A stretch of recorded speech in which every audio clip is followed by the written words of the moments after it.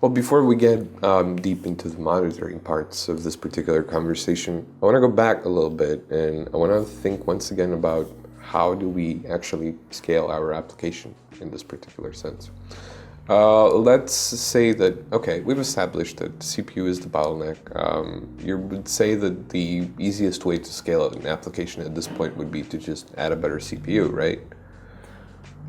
That would be a very respectable choice. Mm-hmm. And it is one of a few possible choices. The first one being a better CPU means that you can handle more CPU intensive tasks on the same process. Mm-hmm. The other solution would be to spawn more processes, more applications that would divide the work between themselves and would take use of multiple CPU cores or even multiple CPUs on multiple machines. Mm-hmm. And this concept of whether you scale one resource to be better, more capable, versus you have the same resource that is multiplied multiple times is called vertical versus horizontal scaling. Where vertical is just adding more resources into a machine and horizontal scaling is spawning new processes, right?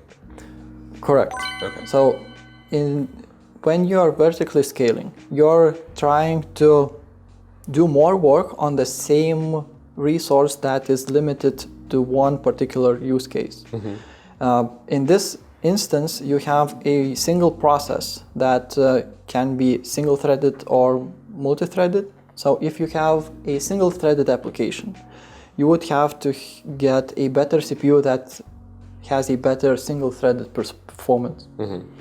If your application is multi-threaded, so in that case, you have an option of getting a better CPU that handles single-threaded loads better, so your thread count does not increase, but your capacity of a single thread increases.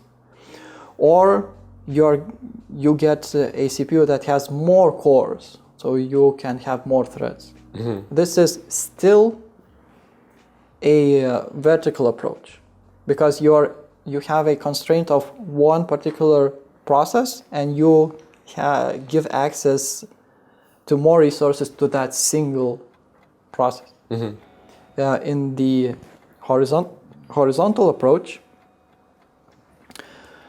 you would have to make more processes.